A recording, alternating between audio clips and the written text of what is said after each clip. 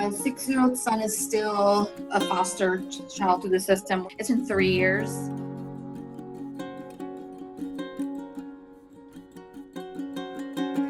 So I was also a teen mom. The only way I did it was like to support, and I had a very supportive family, but I know that not everyone has that. I wanted to be that support for them. All my friends, family, like they say things like, I could never do that. In the beginning, everyone was like, wait, and so that they could leave you? We want them to be with their family, you know? It's opposite of everything like that we're brought up to like know and understand about love. Love them like they're your child. Be that mom, you know, but be ready to say goodbye. So we went into it completely like reunification. Let's help these families however we can. And everything just kind of did not work out that way because the family, our first placement, which is our son, he was 3, he's going to be 7 now. The family was not involved. The visits were very inconsistent and then just completely stopped, and there was no communication. It's been years, you know.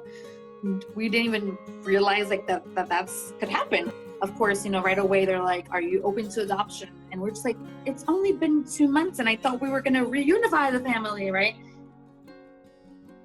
We found out pretty soon when he was placed with us, like maybe 2 months in, we found out they were separated for like a year. That moment when we went to the airport to pick her up and for him to reunite with her this is the only like highlight of this journey of fostering. Like, it's worth it. They're so close. Their bond is just so special. Like, they are together 24/7. If they're watching a movie on their like tablet, they'll be sitting right next to each other holding hands. It would go from like sadness to anger personally towards us because he didn't understand why he couldn't be with his family. And he was really attached to his mom. He spent most of his time with his mom, and so he really pushed back on me. At stores, complete meltdown, screaming, "You're not my mom." Like, there were times I'm just like, I might be arrested. And talking to his therapist, you know, like, he's testing you. He wants to see like how much he can do to see if you're gonna just like give up. And there are many times where I would like just cry with him, and we would just cry together, and then he would look at me like I was crazy, and then I'll be like, why are you crying? And I'm just like, this is just so sad. It's so hard, you know?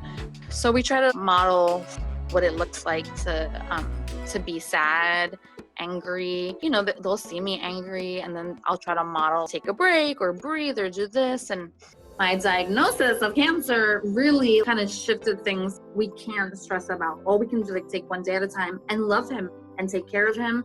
And the kids were so amazing with the way they supported me and how they took care of me. A lot of people shave their heads. My son insisted on it, you know, and he was 4 years old and was, no, Mom, I have to shave it bald. We have to be bald together. You know, and they like got me through it. You know, the whole time I was like, they need me. And no, like, I needed them, you know, really. I like things my way. I'm a school principal, so I'm very organized, check boxes, and everything has to just be lined up. Cancer, there's a plan. You know, there's a treatment plan, and you know what days you're going to go for how many days, and you know, but fostering, you don't know what a phone call, when you pick up that phone, what they're going to say.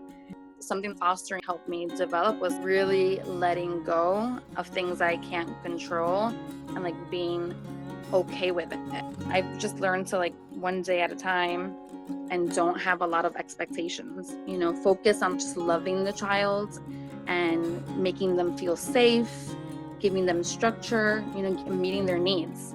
But there's a lot to know, and people just bring a lot of good insight and good reminders. In the beginning, I just had to be reminded a lot of, you signed up for this because you wanted to reunite, and you signed up for this because you wanted to provide love and structure and a safe place. And a lot of people are always asking, what do we do, or how can we take care of, like, just supporting, like getting to know, you know, foster families and knowing how to support them is huge.